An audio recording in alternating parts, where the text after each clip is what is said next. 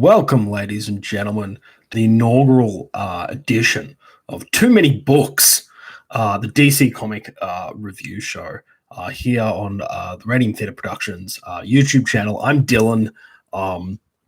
Usually you'll see me on this channel smoking and complaining about politics, but I also enjoy the culture. And so today that's what I'm going to do. I'm going to talk about the new books which have come out this week from DC Comics. We have 8 books. There was a few, and there was a Black Label book that came out, and the new issue of Static came out. I'm not looking at them. I'm just going to be looking at the stuff that's in continuity. This show is obviously changing and going to evolve over time. But yeah, anyways, the first book that I'll be kind of talking about today is the Aquaman 80th edition, the annual, not an annual. The book, this is part of the long series of anniversary editions that DC has been doing over the last couple of years. Kind of every character, they're essentially these like anthology books. What's really good about this is that Aquaman hasn't had an ongoing series in the Infinite Frontier era. And so this book kind of has a few different stories that are, within kind of continuity, but kind of set in the past. There's a nice little Jeff Johns one looking at like his relationship with Orm. There's another one looking at the kind of the fallout of Aquaman number 75, which was the last issue in the Rebirth ongoing series. And essentially it's beautiful. There's a bunch of different covers. I got the Axis kind of Aquaman destroying a U-tank, a U-boat, and kind of like fighting the Germans. It also sets up in the final 2 stories the new ongoing Black Manta series and the new ongoing Jackson Hyde series.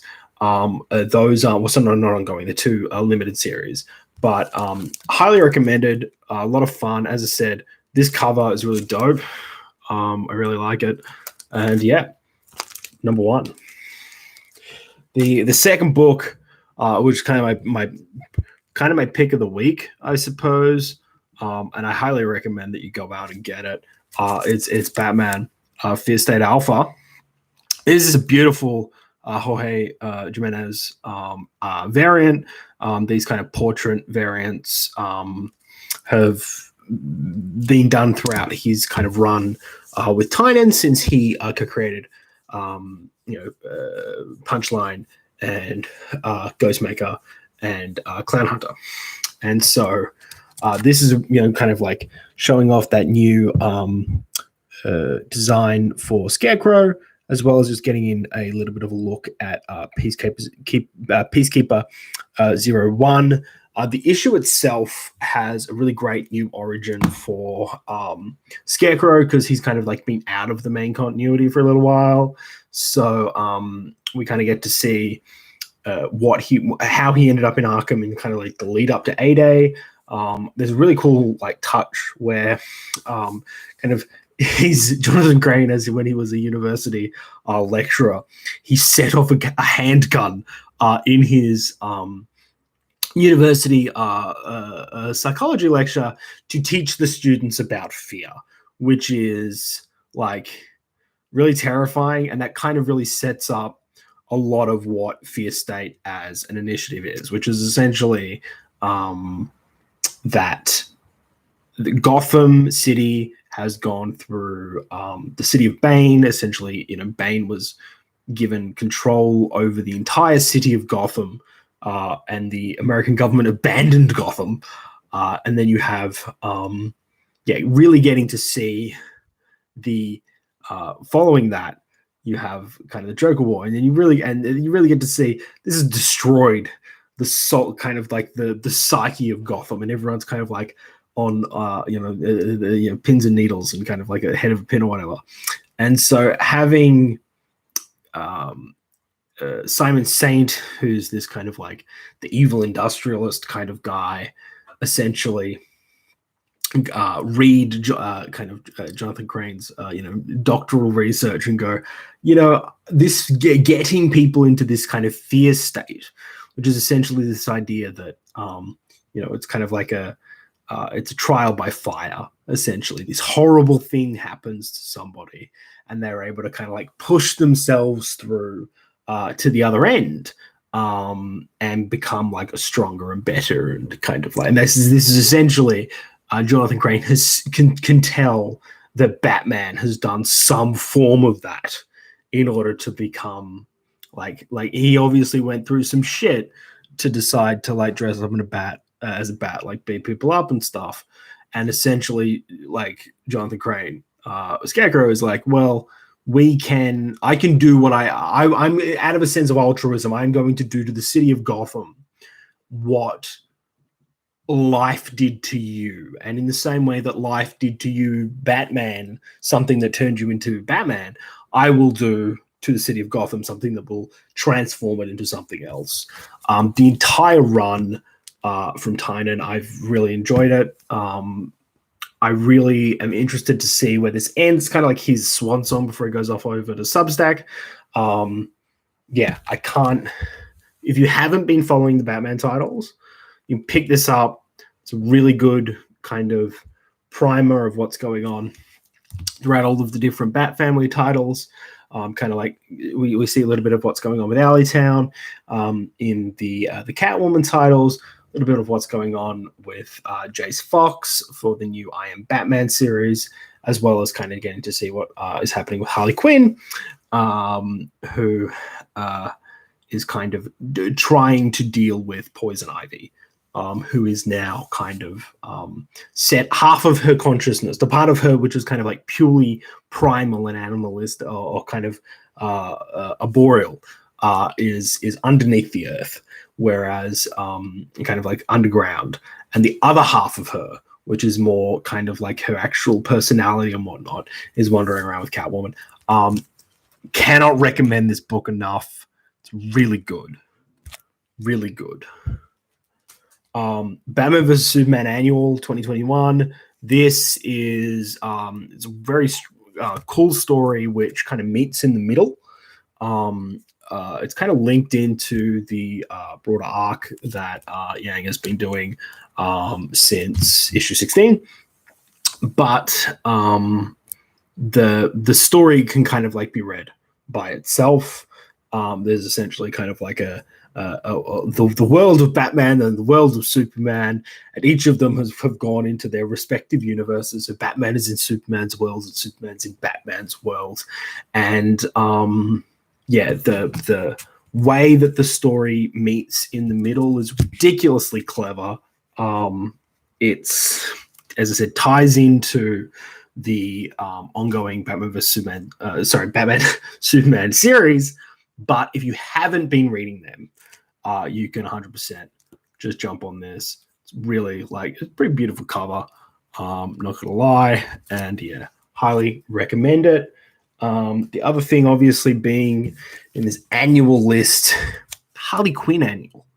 Going back to that kind of thing I was talking about with with Fear State, you have essentially Harley has been captured, and Kevin, who is this kind of person who is looking up to Harley, sees her as this kind of force for good or whatever, because she works with Batman. He's essentially trying to rescue her alongside Solomon Grundy, and we kind of get to see, he used to be kind of like working with the Joker, and kind of you get to see the dynamic between Kevin and Harley, and it's kind of like it's a nice little breather issue before Harley Quinn feeds into the broader Fear State story, which is going to be what's happening for the next couple months. Harley Quinn, I wasn't a massive fan of the more slapsticky kind of Harley Quinn stuff at the beginning of Rebirth. I liked the stuff that Sam Humphries did with her kind of mourning her mother around the what was it, the year of the villain.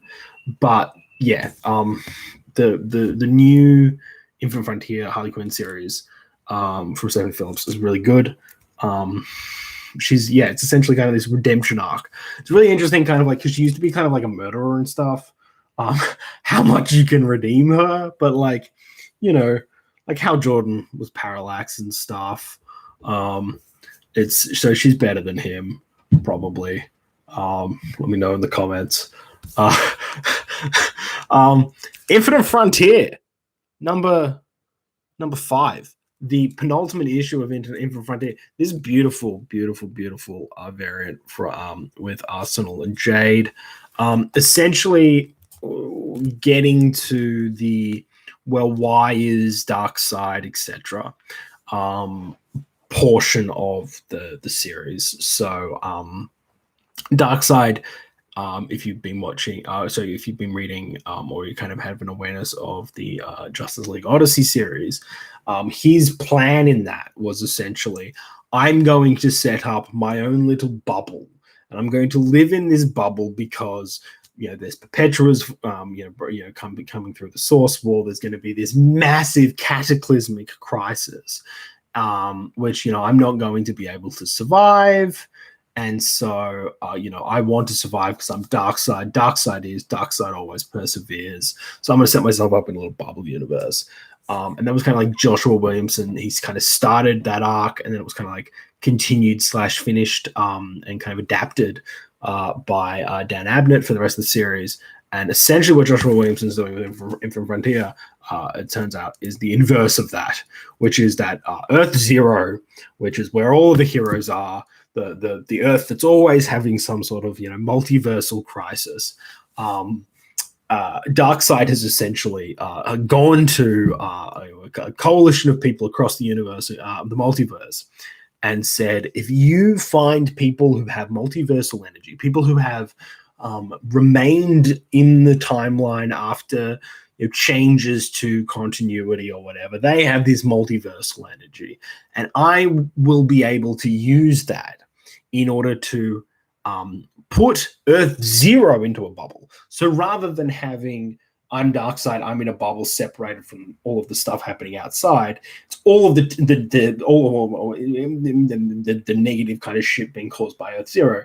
I'm instead going to just trap Earth Zero into a bubble. It's a really cool idea. Finally get to see what's going on with Director Bones, which is essentially he just made this Faustian pact with Darkseid, which is like, if we work with him, he will make it so that there will be no more crises. The issue kind of begins with Psychopirate talking about like Crisis on Infinite Earths and Flash of Two Worlds, and seeing how the continuity of the broader DC like landscape fits in, to me, is a really interesting idea. I dig the shit out of it. Can't recommend. Like, this is such a good series. If you're looking for 2 books to go pick up this week, pick up this and Fear State, because this, by God, so good. Speaking of kind of annuals and things, we have Midnighter. This is, if you kind of started with Superman World of War, which was the Future State series, where essentially, all of the backups in Action Comics for a little while have had Midnighter and Mr. Miracle in them. And essentially what has happened is that Midnighter switched places with the Future State version of Midnighter, and they're kind of like in this kind of like time loop, and essentially he was trapped in the loop, and every time he tried to kind of escape from it, something bad would end up happening, and he eventually is able to work with Apollo and with Mr. Miracle, and they're able to kind of like break the loop. It won't make a lot of sense to you if you haven't been following the other titles. But the good thing about this, for me as a nerd, is that it seems to kind of suggest that the consciousness of the current in continuity Midnighter spent a bunch of time in the war world of Future State and now has memories of that, which obviously Midnighters in Superman and the Authority, which is the Grant Morrison series. At the Comic-Con panel, we were told that there'll be some way that all of these titles link into one another. So like Action, Superman Son of Kal-El, Superman and the Authority. I'm reading this, it becomes like pretty apparent that they're kind of like they have a direction and an idea, which is, you know, sometimes you won't get that and people will criticize, etc. But no, I'm very happy. It's pretty good. I actually want to go back and reread all of that Future State stuff and reread that kind of Midnighter tale to be able to kind of like get the continuity straight. But it's pretty interesting. It's pretty fun. Teen Titans number 6, Teen Titans Academy number 6. I don't know how I feel about this series. The Stitch is a really weird character. I like Stitch. I very much, and I also like, we've got like, it's essentially Greg, who is Gorilla Grodd's nephew. It's summer break, and so the Teen Titans are kind of like hanging out in upstate New York. They see some weird stuff, and it turns out, spoilers, it's Grodd. The ending of the last issue had the three members of the Teen Titans Academy essentially figure out who Red X was, which is the, you know, kind of a character from the animated series. They've kind of like brought them into the comic continuity with Future State, and then the big mystery of the Teen Titans Academy going like in the current Infinite Frontier status quo is who is Red X. And you know, there was a tie-in with Suicide Squad around, you know, what is, you know, Red X trying to kind of like attack Task Force X and kind of all of this interesting stuff. And the series, he's like, I get it, right? You don't want to like 6 issues into the series be like, it's this is the guy who Red X is, and like, you know, like Nightwing and, you know, Star Sapphire, sorry, not Star Sapphire, you know, the other characters that are like part of the Titans, in terms of like, you've got Gar, Starfire,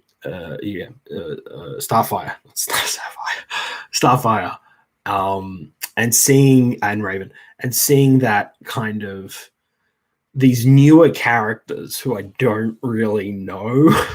And like, I get it. That's the whole point of the Teen Titans, is it's like, here are young people who have abilities and they come along and blah, blah, blah. And then they get taught by the old guys. And that's, if you're an old comic book fan, you go, oh, well, it's Nightwing and, you know, Stitch or whoever. Like I said, I liked the ending of this, where it's like, it's Gorilla Grodd. He doesn't like Gorilla Grodd. But I want to know who Red X is. And yeah, that's about it. Finally, for this week's Too Many Books, Wonder Woman number 3. Joelle Jones is beautiful, by the way. Look at it, just so good.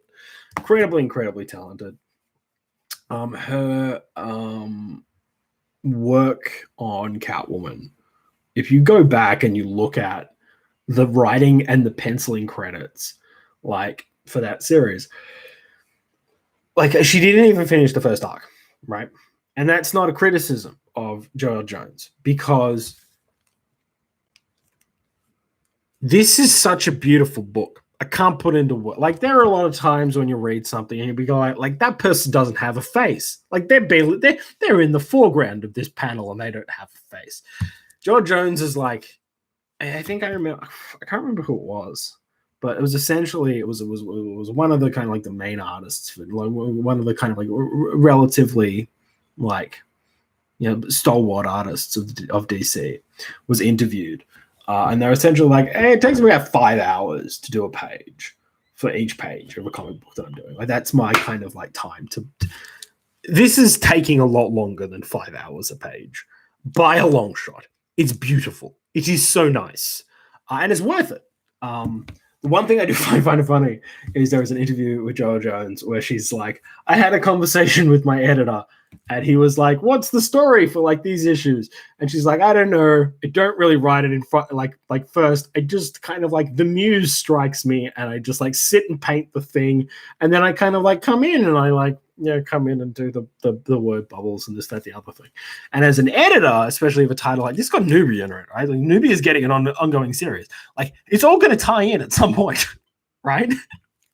And just the idea of her just kind of being like, hey, it'll be finished when it's finished. It looks really nice. Like I am interested to see at what point we're going to get to. It's just like Joel's just doing the covers and writing the thing, which I hope on the one hand doesn't occur, and on the other hand, like, no, it has to occur, because you can't make something this beautiful single-handedly every month by yourself. But yeah, anyways, Wonder Woman number 3, kind of also very little kind of happens. Like there's a couple of people who are looking for Yara. They decide to kind of work together, and Yara is like she decides that the kind of like the hot Portuguese guy that she was hanging out with, apparently, like that's kind of like a short term thing.